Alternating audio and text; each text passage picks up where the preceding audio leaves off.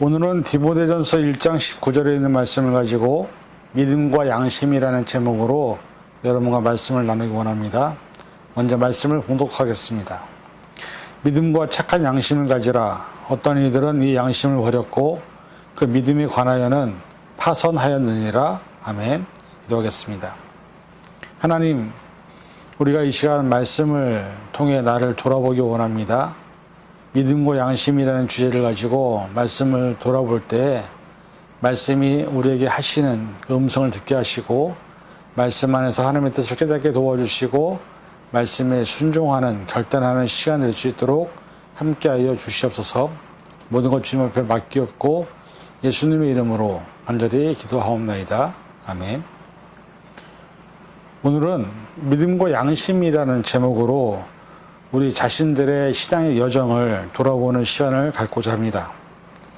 사실 우리가 교회를 오래 다니고 신앙생활을 또 오래 했고 성경 공부를 많이 했다고 하는 그리스도인들이 세상에서 크리스천으로서 정체성을 어떻게 가지고 살아야 되는지 너무나 잘 알고 있습니다. 하지만 우리는 때로는 우리의 악한 양심의 소리에 귀를 기울이고 그래서 결국 하지 말아야 할 행동이나 하지 말아야 할 말을 함으로 인해서 신앙의 양심에 따르지 않는 반대 방향으로 믿음의 삶을 살다가 믿지 않는 사람들에게 많은 비난과 조롱의 소리를 듣는 경험들을 많이 하게 됩니다. 그래서 우리가 말씀 안에서 내가 크리스찬이라는 사실을 밝히지 않고 그냥 숨어있는 조용하게 나 혼자 예수님 믿는 그리고 물 흐르듯이 세상에서는 세상의 사람들과 똑같은 모습으로 살아가는 수없이 많은 그런 크리스찬들의 모습이 있는 것을 너무나도 안타까운 현실이 아닐 수 없습니다.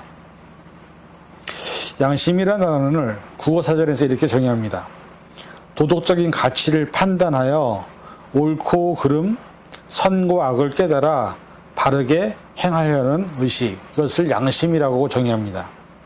좀 더 쉽게 표현하면 사람이 사람답게 도덕적으로 살게 하는 선한 마음이라고 할 수 있습니다. 이 말에서 저는 이렇게 생각합니다. 크리스찬이 좀 더 크리스찬답게. 예전에 어떤 한 예화에서 들었던 얘기인데 한국의 원종수 권사님이라는 분이 계셨습니다. 서울대 의대를 수석으로 입학하고 수석으로 졸업하셔서 간증을 참 많이 하신 분인데 이분이 어느 언젠가 한번 미국에 갔다고 합니다. 미국에 가서 자기를 마중나러 오는 사람의 이제 차를 타고 가는데 그분도 한국 분이었을 겁니다. 한국 사람이었으니까. 근데 그분이 이제 그렇게 물어보더래요. 이분이 목사님이신 걸 아니까는, 신앙인 걸 아시니까는. 그래서 처음에 물어보던 것이 뭐였냐면, 당신은 크리스찬입니까? 물어보시더래요. 뭐 이분이 어릴 때부터 새벽 기도를 다녔고 어머니와 함께 신앙을 하셨고 또 얼마나 많은 경험을 통해서 하나님이 역사하셨는지를 경험했던 분이니까는 당연히 내가 크리스찬이라고 자신 있게 얘기를 하셨대요. 그런데 그 기사분이 또 한 번 질문을 하시더래요. 당신은 진짜 크리스찬입니까? 근데 이 질문 앞에서 자기 자신이 자신 있게 대답을 못 하더래요. 그냥 크리스찬입니까? 물어볼 때는 당연히 그렇게 얘기했는데 진짜라는 단어 하나가 붙으니까는 정말 내가 진짜인가? 왜냐면 이 세상에 너무 가짜가 많지 않습니까? 그 이야기를 들으면서 저도 사실은 제 자신에게 날마다 질문합니다. 내가 정말 진짜 목사인가? 정말 내가 진짜 하나님 앞에서 서 있는 사람인가? 근데 이 양심의 문제는 사실 그 문제거든요. 믿음을 지킨다고 하지만 우리가 양심 안에서 양심의 선한 양심에 따라 행동하지 않고 성경이 하라는 대로 하지 않고 성경이 하지 말라는 것을 하는 것 자체가 이미 양심에서 떠난 믿음의 모습이라고 할 수 있기 때문이죠. 예를 들어 그 사람 참 양심적이다라는 말은 그 사람도 옳은 것이고 다른 사람들이 그 사람을 봤을 때 그것에 대해서 인정한다는 것을 얘기합니다. 그래서 양심적인 사람들이 많아야 하고 세상이 양심적일 때 살기 좋은 세상이 된다는 이야기도 있습니다. 오늘 본문에서 뭐라고 말하냐면 믿음과 착한 양심을 가지라고 합니다. 왜냐하면 믿음의 선한 싸움의 도구가 바로 믿음과 착한 양심이기 때문입니다. 믿음과 착한 양심에 대해서 디모데전서에는 3번의 언급을 합니다. 디모데전서 1장 5절, 이 교훈의 목적은 청결한 마음과 선한 양심과 거짓이 없는 믿음에서 나오는 사랑이거늘. 디모데전서 1장 19절 오늘 읽을 말씀이죠. 믿음과 착한 양심을 가지라. 어떤 이들은 이 양심을 버렸고 그 믿음에 관하여 파선하였느니라. 디모데전서 3장 8절 9절, 이와 같이 집사들도 정중하고 일구이연하지 아니하고 술에 임박하지 아니하고 더러운 일을 탐하지 아니하고 깨끗한 양심에 믿음의 비밀을 가진 자라야 할지니. 이 세 구절에 나오는 양심, 믿음의 단어가 왜 나온다고 생각하십니까? 믿음과 양심은 뗄래야 뗄 수 없는 밀접한 관계, 어떻게 보면 동전의 양면과 같은 관계라고 얘기할 수 있습니다. 신약 성경에 양심이라는 단어가 30회 정도 등장을 합니다. 구절들을 자세히 살펴다 보면 거기에는 어떤 내용이 나와 있느냐? 믿음과 양심은 매우 밀접하다는 사실입니다. 그리고 구원받은 사람들의 양심은 시간이 지날수록 흐를수록 하나님의 거룩하심과 같이 점점 깨끗해지는 것이 되어야 하는데, 한때 믿음을 가졌던 사람들조차도 양심이 더럽혀지면 믿음은 무너지고 구원의 기쁨도 사라지고 하나님의 임재하심에 가까이 나가지 못하며 예배 드릴 때 느끼는 그 감격을 잃어버리게 된다라고 얘기하고 있습니다. 그래서 히브리서에서는 이렇게 얘기합니다. 히브리서 10장 22절, 우리 마음에 뿌림을 받아 악한 양심으로부터 벗어나고 몸은 맑은 물로 씻음을 받았으니 참 마음과 온전한 믿음으로 하나님께 나아가자. 이 말에 따르면 우리가 예수님을 구주로 영접하기 이전에는 악한 양심을 가진 자라는 얘기입니다. 근데 우리가 예수님 구주로 영접하고 난 다음에 예수님이 하나님의 아들인 것을 인정한 다음에 죄로부터 사함을 받은 후에 우리의 몸은 맑은 물로 씻음을 받은 것이고 참 마음과 온전한 마음으로 하나님께 나아가야 되는데, 문제는 우리의 갖고 있는 죄성, 본성이 악한 양심의 지침을 따르기 마련이라는 거죠. 우리가 예수님을 믿었을 때 하나님은 우리에게 성령을 선물을 주신다고 말씀합니다. 그런데 우리 안에 있는 양심이 선한 양심이 된다는 것은 성령의 인도하심을 받는다는 의미를 갖고 있습니다. 결국 어떤 상황이나 어떤 환경에서도 성령의 인도하심을 받는 선한 양심은 절대로 하나님의 말씀 안에서 벗어나지 않습니다. 우리가 믿음으로 살아가고 하나님이 주신 은혜 안에서 살아갈 때에만 비로소 선한, 성령이 역사하시는 선한 양심의 소리와 행동을 들을 수 있고 그렇게 살 수가 있는 것이죠.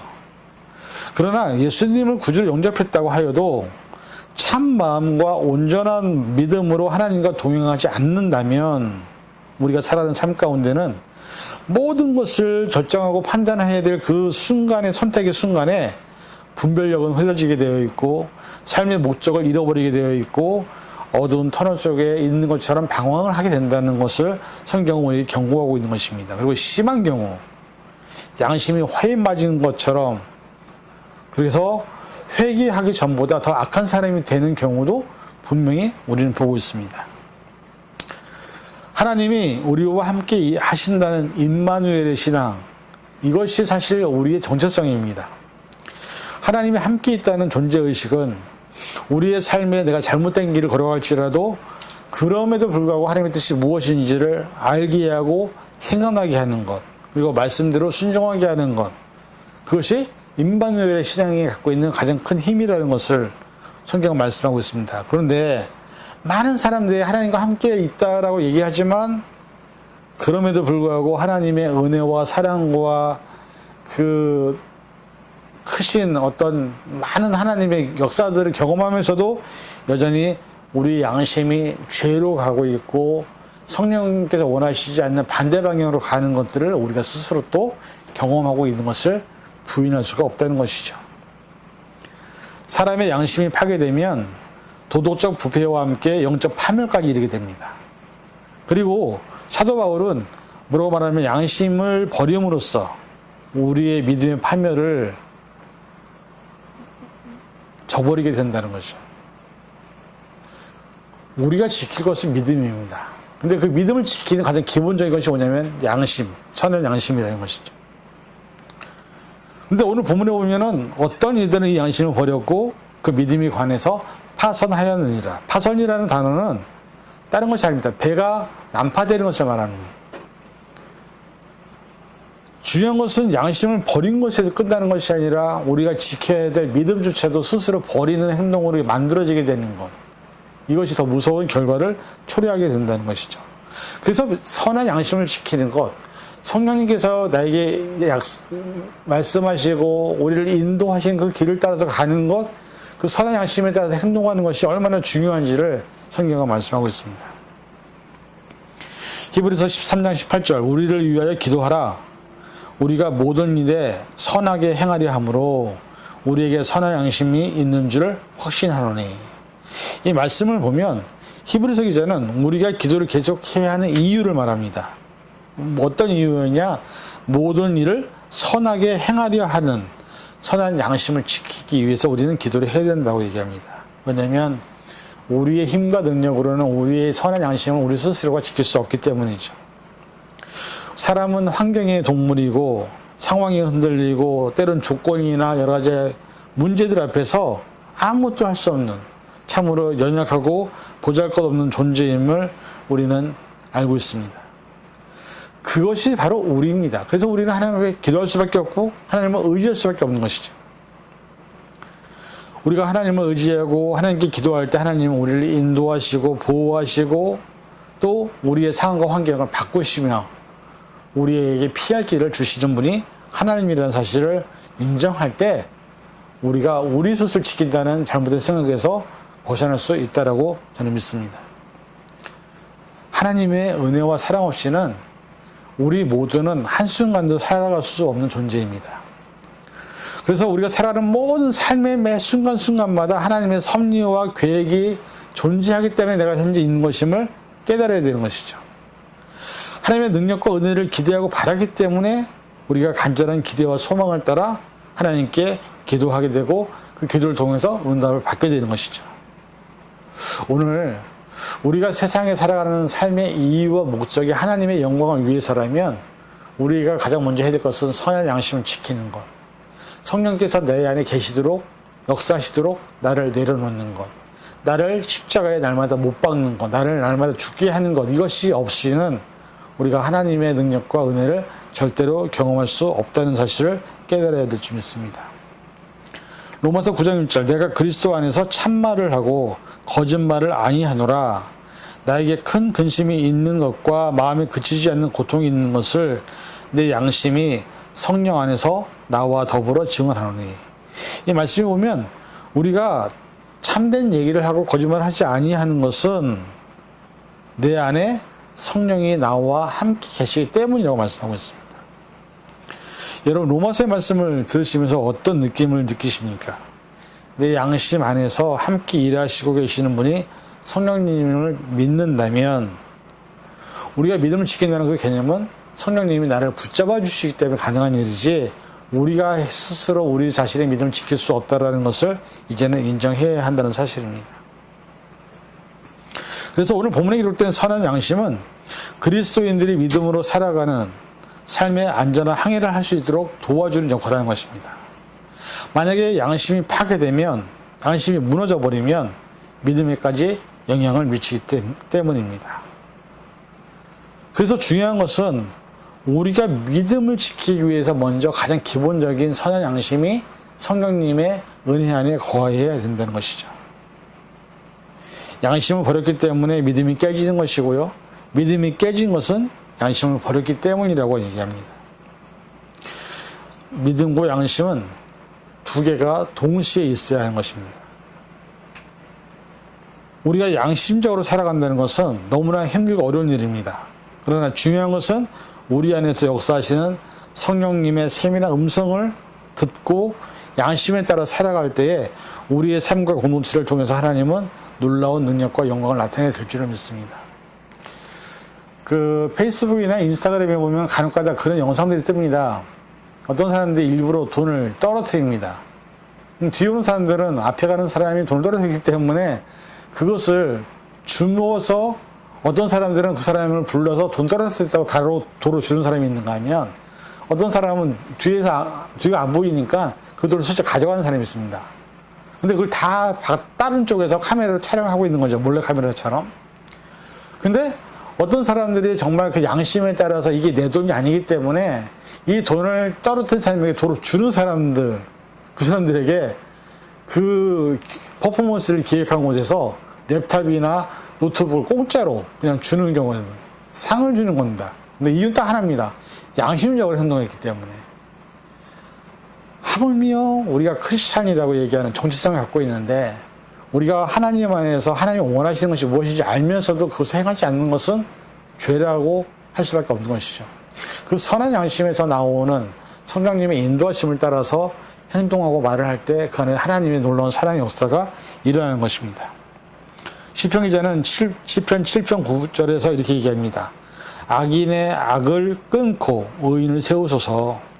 의로우신 하나님이 사람의 마음과 양심을 감찰하시나이다. 이 고백에서 알 수 있는 것은 하나님이 우리의 마음과 생각을 다 아신다는 것이죠. 이 말은 이미 여러분 다 아시는 거 아닙니까? 감찰하시는 분이라는 겁니다. 내가 속에서 말하지 않지만 어떤 생각을 하고 있고 어떤 생각을 품고 있고 어떤 것을 내가 지금 이제 고민하고 있는지를 다 아시는 것이죠. 왜? 하나님 우리를 지으신 분이니까, 창조주이시니까, 그리고 우리의 모든 것들을 다 아시는 분이니까. 양심과 믿음은 하나입니다. 양심이 무너질 때 믿음도 무너지게 되어 있습니다. 믿음이 무너지는 계기가 양심의 선함을 잃었기 때문이라면 우리의 양심을 선하게 지키는 것이 믿음을 지키는 것이라고 오늘 본문은 말씀하고 있습니다. 이 시간 이 험악한 세대에 또 양심이 없어지는 세대에 우리들만이라도 크리스찬으로서 양심의 소리에 성령님이 우리에게 말씀하시는 그 소리에 귀 기울여서 순종할 때에 하나님은 우리를 통해서 놀라운 일들을 또 엄청난 일들을 베푸심을 기억하시고 우리가 양심의 소리에 순종하는 그런 믿음의 10년을 되셔서 우리가 지켜야 될 믿음을 굳건히 지켜나가는 그런 저와 여러분이 될 수 있기를 주님의 이름으로 간절히 축원을 드립니다. 기도하겠습니다. 하나님, 우리가 선한 양심을 지킬 때에 우리에게 주신 믿음도 지킬 수 있음을 이 시간 고백합니다. 우리가 세상을 살아가면서 양심 없는 사람들의 모습을 보면서 욕을 할 때도 있고 비판하고 판단할 때도 있지만 때로는 우리가 크리스찬이면서도 양심 없는 행동과 말을 할 때가 얼마나 많은지 모릅니다. 우리 스스로 하나님이 주신 선한 양심을 지키게 도와주시고 그러므로 우리가 믿음의 선한 싸움에서 승리하는 삶을 살아갈 수 있도록 붙잡아 주시옵소서. 모든 것 감사드리며 예수님의 이름으로 간절히 기도하옵나이다. 아멘.